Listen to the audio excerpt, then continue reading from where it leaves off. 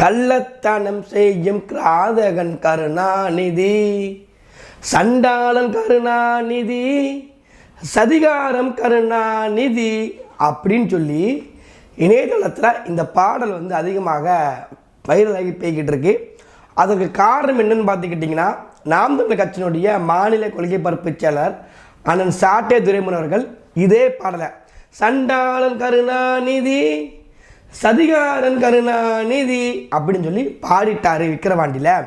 அப்போ அவரை கைது பண்ணியே ஆகணும். எப்படி சண்டாளன் கருணாநிதி, சதிகாரன் கருணாநிதின்னு சொல்லி முன்னாள் முதலமைச்சர் தப்பாக பேசுவார்னு சொல்லி ஆனால் சாட்டை துரைமுருகன் திருச்சி சைபர் கிரைம் அவர் சொந்த ஊர் குற்றாலத்திற்கு, அதாவது அவர் சொந்த ஊர் ஈரானோ, அங்கே கோயில் கோடை அப்படி குற்றாலத்துக்கு வந்துட்டு போயிருக்காங்க. போயிட்டு கோயில் கோடையை முடிச்சுட்டு போகிறது தான் திட்டம். அப்போ திருச்சியில் இருந்து நீங்கள் முன்னாள் முதல் தப்பாக பேசிட்டார் சாட்டை துரைமுருகன், சண்டாளன் கருணாநிதி, சதிகாரன் கருணாநிதினு பேசிட்டாரு, அப்போ கைது பண்ணுன்னு சொல்லி நேராக திருச்சியிலேருந்து சாட்டை துரைமுருகன் கிளம்பி குற்றாலத்துக்கு எப்படி அவருடைய வாகனம் வந்துச்சோ அதே திருச்சி சைபர் கிரைமுடைய காவல்துறை அதிகாரிகளும் நேராக திருச்சியிலேருந்து குற்றாலத்தை நோக்கி விரைந்து வந்துட்டாங்க. பின்னாடியே வந்து கைது பண்ணிட்டாங்க.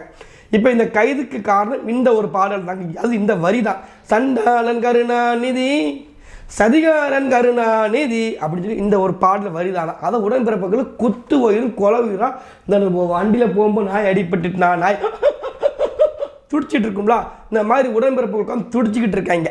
இப்போ துரைமுருகன் அவர்கள் சொன்னதுக்காண்டி கைது பண்ணிட்டு இந்த அரசு இப்போ துரைமுருகன் அவர்களுக்கு சொன்னதுக்கு பிறகு எதற்காண்டி கைது பண்ணாங்க? இந்த ஒரு வார்த்தை தான், சண்டாளன் கருணாநிதி, சதிகாரன் கருணாநிதி, இந்த ஒரு வரி தான். சரிதானே? இப்போ இதே வரியை நான் சொல்லி இதெல்லாம் அண்ணங்க சொன்னது தானே. இதே வரியை தான் நாம் தமிழர் கட்சியினுடைய தாய்ப்புலி, நாம் தமிழர் கட்சியினுடைய தலைமை ஒருங்கிணைப்பாளர், நாம் தமிழர் கட்சியினுடைய மாநில கொள்கை பரப்பு செயலர் அண்ணன் சாட்டை துரைமுருகனுடைய அண்ணன், நாம் தமிழர் கட்சிக்கூடிய அனைவருக்கும் முன்னோடி இருக்கக்கூடிய எங்கள் அண்ணன் செந்தாமிழன் சீமான் அவர்கள் இதே பாடலை பாடியிருக்காரு.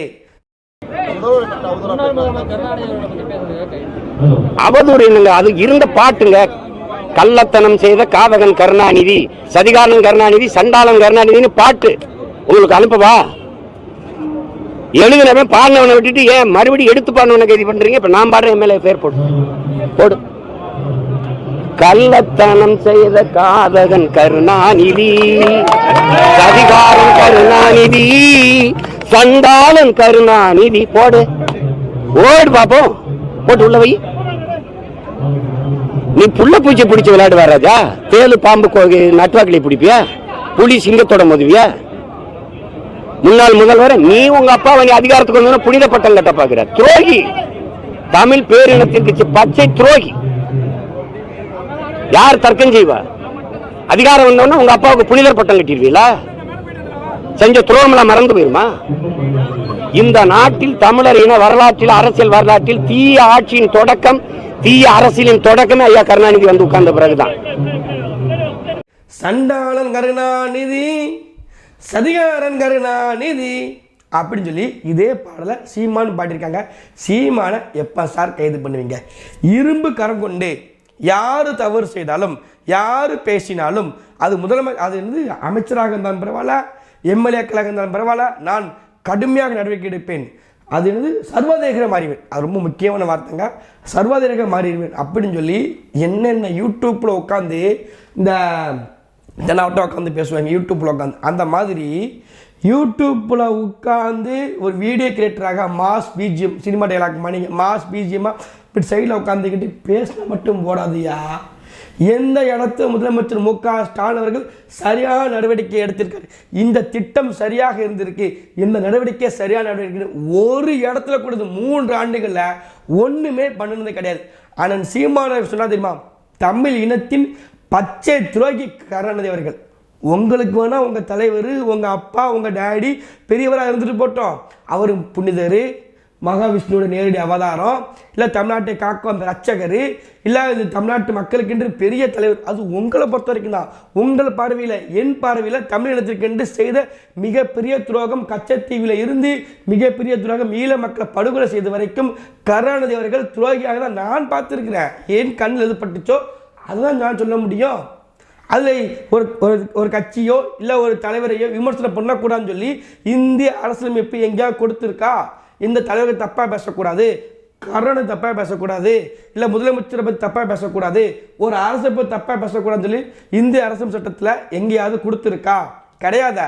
ஒரு அரசு சரியாக இருந்தால் எதற்கு மக்கள் விமர்சனம் பண்ண போகிறாங்க? நீங்கள் 60 வருஷம் ஆட்சி பண்ணியிருக்கீங்களா? இந்த 60 வருஷத்தில் நாங்கள் என்ன சொல்கிறோம், எங்களுக்குன்னு ஒரு கட்சி இருக்குது, எங்களுக்குன்னு கொள்கை இருக்குது, எங்களுக்கு நிலைப்பாடு இருக்குது, எங்களுக்கு ஒரு தத்துவம் இருக்குது, எங்களுக்கு தனித்துவம் இருக்குது. அப்போ எங்களுக்கு தத்துவம் தனித்துவம் எங்களுடைய கொள்கைக்கு எதிராக இருக்கிற திமுக கட்சி நாங்கள் எதுக்கு புகழ்ந்து பேசணும்? நாங்கள் என்ன கொத்தடிமை உடன்பிறப்புகள் நினச்சிக்கிட்டீங்களா? ஆம்ஸ்டாங் கொலை செய்வதற்கும் கொலை செய்யப்பட்டிருக்காரு, அதற்கும் முட்டு கொடுத்துட்டு இருக்காங்க மானக்கட்டுவீங்க. அப்புறம் இந்த முன்னாள் எம்பி ஒருத்தர் திமுக சார்ந்த RS பாரதி நாய் கலந்த கூட இன்னைக்கு வந்து பிஏ படிக்குன்னு சொல்லுது, ஆபாசமாக பேசுகிறார். ஒட்டுமொத்த பேரையும் தமிழ் இனத்தை பெரிதளவில் கொச்சைப்படுத்தி பேசிகிட்டு இருக்காரு. இன்றைக்கி மட்டும் பேசல, பல இடங்களில் பல நாட்களாக இதே பேச்சு பேசிகிட்டு இருக்கார். சிவாஜி கிருஷ்ணமூர்த்தின்னு ஒருத்தர் எதை பற்றியுமே இந்த அரசு கவலைப்படுறதே கிடையாது. காவல்துறைக்கும் போக்குவரத்துறைக்கும் பெரிய பிரச்சனை. அவங்க என்ன ஆயிடுச்சு, ஒரு பக்கத்தில் காவல்துறை வந்து காவல்துறை அதிகாரிகள் வந்து போக்குவரத்து அதிகாரி மீது வந்து நடவடிக்கை எடுக்கிறாங்க, போக்குவரத்து அதிகாரிகள் வந்து காவல்துறை மீது மிகப்பெரிய நடவடிக்கை எடுக்கிறாங்க. இப்படி பல பிரச்சனைகள் தமிழ்நாட்டில் இப்படி ஒரு மோசமான ஆட்சியை, இருண்ட ஆட்சியை 2021 2024 இந்த 3 ஆண்டுகளில் இவ்வளோ மோசமான ஆட்சி யாரும் பார்த்த கிடையாது. எடப்பாடி கூட ஆட்சி பண்ணும்போது மிக கனக்கச்சிதமாக அவரால் என்ன முடியுமோ ரொம்ப இதை விட சிறப்புங்க. சொல்லப்போனால் ஸ்டாலின் அவர்களுடைய ஆட்சியை விட எடப்பாடி அவர்கள் 100க்கு 100 200 மார்க்கே பண்ணால் அவ்வளோ ஆட்சி பண்ணார். அவர் ஸ்டெர்லைட் படுகொலை அது நம்ம கடுமையாக கண்டிக்கிறோம். ஆனால் நிர்வாகத்தை தன் கட்டுப்பாட்டில் வச்சுக்கிட்டார். நிர்வாகத்தை இந்த மாதிரி சமீபத்தில் மதுரையில் ஒருத்தன் உட்காந்துருக்கான், வெறும் சும்மா உட்காந்துருக்கான், ரோட்டில் உட்கார்ந்தவனை போத வாக்கில் வந்து ஒரு கொத்திட்டு போகிறான் ஒருத்தன் வந்து. இப்போ ஏடிவிங்கிற ஒரு யூடியூப் சேனலில் நந்தாங்கிறவன் சும்மா வீடியோ எடுத்துகிட்டு போகிறான். சட்ட ஒழுங்கு பார்த்துருக்காங்க. அந்த ஏரியா பேரே போலீஸ் பூத்து தான், போலீஸ் எச்சரிக்கை பின்னாடி தான் இருக்குது. அங்கே என்ன பண்ணுறான், நேரடியாக அவர் போகிறான், அவன் வீடியோ எடுத்துகிட்டு போகிறான், அவனோட கஞ்சா குடிக்கு வந்து மடக்கி வந்து மிரட்டுறான். அப்போ ஏன் போலீஸ்காரர்கள் மீது இங்கே இருக்கக்கூடிய குற்றவாளிகளுக்கு பயம் இல்லை? காரணம் என்ன, இங்கே அரசு சரியாக இல்லை. எத்தனை கூலிப்படைகள் இந்த திமுக அரசு வந்தപ്പോൾ உருவாகிருக்கு. தூத்துக்குடி, திருநெல்வேலி, சென்னையில் எத்தனை கொலைகள் தொடர்ச்சியாக நடந்துக்கிட்டு இருக்கு. அப்படி இதை பற்றி இந்த அரசு இருக்கும், இந்த அரசாங்கத்தை வழிநடத்தக்கூடிய ஸ்டாலின் அவர்களுக்கு கவலையே கிடையாது. ஆனால் யாராவது ஒருத்தங்க யூடியூப்பில் இல்லை ட்விட்டரில் இல்லை முகநூலில் எங்கள் டேடி யாரை தப்பாக பேசலாம், எதுக்கு தப்பாக பேசக்கூடாது, முதல்ல ஏன் பேசக்கூடாதுன்னு சொல்லியிருக்கிறாங்களே யாராவது? இல்லை இந்திய அரசமைப்பில் யாருக்காவது ஒருத்தங்களுக்கு ஸ்டாலினுடைய தந்தையாக இருக்கக்கூடிய முத்துவேல் கருணாநிதி ஸ்டாலின் இருக்காருல்ல, அவருடைய தந்தையாக இருக்கக்கூடிய கருணாநிதியை யாருமே பேசக்கூடாதுங்க, தவறாக பேசக்கூடாதுன்னு சொல்லி இந்தியாவில் அறிஞ்சு சட்டம் இந்த புதுசாக போட்டிருக்காங்களா? பேசுவோங்க, நாங்கள் கண்டிப்பாக பேசுவோம், எல்லாருமே பேசுவோம். இந்த பாடல் இணையதளத்தில் இருக்குது, நாங்கள் பாடலையே, நாங்கள் எடுத்து வச்சு பாடணுமா? இணையதளத்தில் 3 ஆண்டுகளுக்கு முன்னே இதே பாடல் இணையதளத்தில் இருக்குது. அப்போ நாங்கள் பாட தான் செய்வோம், மக்கள்கிட்ட கொண்டு போய் இதை சேர்க்க தான் செய்வோம். புதுசாக ஒன்று நம்ம பண்ணலையே, நம்ம எடுத்து குட்டி இல்லை அந்த வார்த்தையை நம்ம திருச்சி ஒன்றும் பேசலையே, இணையதளத்தில் இருக்குது. அதுவும் இசையோடையே இருக்குது, அதே இசையோடையே. இதில் என்ன கெட்டு போயிருச்சு? ஐயா ஸ்டாலின் அவர்கள் எடப்பாடி பழனிசாமி தப்பாக பேசாததா, இல்லை ஸ்டாலின் அவர்கள் முன்னாள் முதலமைச்சர் ஜெயலலிதா தப்பாக பேசாததா, இதே ஐயா கருணாநிதி அவர்கள் இந்திரா காந்தியிலிருந்து எங்களுடைய பெருந்தலைவராக இருக்கக்கூடிய பெருந்தலைவர் காமராஜ் அவர்களுடைய தவறாக பேசாததா, கருவாட்டுக்காரின் மகன் எருமை மாட்டு தோலை இது வரைக்கும் நம்ம ரஷ்யா அனுப்பிட்டு இருக்கோம், எருமை மாடு ரஷ்யாவுக்கு போகுது. அப்படி எத்தனை இடத்துல எத்தனை விமர்சனங்கள். சாகும்போது சாதாரணமாக ஒரு மனுஷன் 100 ரூபாய்க்கு உள்ளே இருந்து ஒரு முதலமைச்சராக இருந்த ஒரே மனுஷன் தமிழ்நாட்டில் இந்தியாவில் எங்கள் தாத்தா பெருந்தலைவர் காமராஜர் மட்டும்தான். அவரை ஊழல் பண்ணிட்டாங்க. அவருக்கு சொந்தமாக ஒரு இடத்துல வீடு இருக்குது, அவருக்கு குழந்தை இருக்குது, பிள்ளை இருக்குது, பொண்டாட்டி இருக்குன்னு எத்தனை அவதூறுகள் திமுக கட்சி பரப்புச்சு. அதையும் இங்கே இருக்கக்கூடிய தமிழர்கள் மடையை மாற்றி ஐயா பெருந்தலைவர் காமராஜரை தோக்க வச்சவங்க தானே நீங்கள். எந்த இடத்துலையும் யார் விமர்சனம், இந்திரா காந்தி அவர்கள் என்ன விமர்சனம் பண்ணிக்க ஐயா ஸ்டாலினுடைய தந்தை முத்துவேல் கருணாநிதி ஸ்டாலின் சொல்கிறார்களா, அவருடைய தந்தை ஸ்டாலின் அவர்கள் பரம்பரையாக இந்த தமிழ்நாடு இவர்களுக்கே குத்தகை எழுதி கொடுத்த மாதிரியும் இந்த 3 ஆண்டுகளை மட்டுமே 4 முறை தொடர்ச்சியாக கைது பண்ணி சாட்டை திரும்பினார்கள். இதை தவிர ஒரு கஞ்சா குடிக்கு கண்ணுக்குட்டி நாளைக்கு வெளியில் வந்துடுவான். இந்த சேலத்தில் ஒருத்தன் ஆதி தமிழரை எல்லாரும் சொந்தக்காரன்லேருந்து வீட்டுக்காரன் சொந்தக்காரன் பந்தக்காரன் எல்லாருமே கெட்ட வார்த்தை போட்டு பேசிகிட்டு இருக்கிறான். சாதி வன்கொடுமை நடந்துக்கிட்டு இருக்கு. அது போக கலாச்சாரம் நடந்துக்கிட்டு இருக்கு. நான் சர்வாதிகார மாறின்னு சொல்லி பேசுகிறீங்க. எந்த இடத்த சர்வாதிகாரம் நீங்கள் மாறி உங்களுடைய அமைச்சரை நீங்கள் கட்டுப்படுத்த முடியுது? உங்களை வந்து உங்கள் பேச்சை கேட்குறாங்களா? மனோ அங்கே இந்த கன்னியாகுமரி மாவட்டத்திலேருந்து எத்தனையோ கனிமூலம் நேரடியாக பெய்கிட்டு இருக்கு. ஆனால் அவன் நம்ம கர்நாடகாவில் ஒரு தண்ணி கூட தர மாட்டேங்க. நமக்கு அவன் உங்களுக்கு பாடை கட்டிட்டான். நாங்கள் கேட்டோம், சீமானனை கேட்டார், நாம் தமிழர் கட்சி கிடையாது. என்ன காரணம்? உங்களுக்கும் எங்களுக்கும் 1008 தனிப்பட்ட விமர்சனம் இருக்கணும். ஆனால் ஒரு வட மாநிலத்துக்காரன் இன்னொரு மாநிலத்துக்காரன் எப்படி எங்கள் முதலமைச்சர் அவமானப்படுத்த சொல்லி உங்கள் கட்சியில் இருக்கக்கூடிய முதுகெலும்பு இல்லாத திராணியற்ற உடம்பிறப்புக்குள்ள வாயை மூடிக்கிட்டு இருந்தான். கேட்க வக்கு இல்லை, வாயை மூடிக்கிட்டு இருந்தாங்க. ஆனால் நாம் தமிழர் கட்சி வீரியமாக சண்டை போட்டுச்சு. காரணம் என்ன? எங்கள் மாநிலத்தின் முதலமைச்சர் மு க ஸ்டாலின்ட்டு. அப்படி இருக்கும்போது நாம் தமிழர் கட்சி எங்களுக்குன்னு தனி தத்துவம் இருக்குது, கொள்கைகள் இருக்குது, நிலைப்பாடு இருக்குது. திமுக தலைவர் ஸ்டாலின் அவர்களையோ இல்லை திமுக தலைவர் கருணாநிதியோ பெருமை பேச அவசியம் எங்களுக்கு கிடையாது. அதற்கென்று நீங்கள் வாடகைக்கு வாய்களாக இருக்கக்கூடிய சுபவீர பாண்டியன் இல்லை இணையதளத்தில் எழுதக்கூடிய யூட்டன்லேருந்து யூடியூப் போட சேர்ந்து அடிமைகள் நீங்கள் வச்சுருக்கிறீங்க. அவங்க பேசிட்டு போட்டோம்.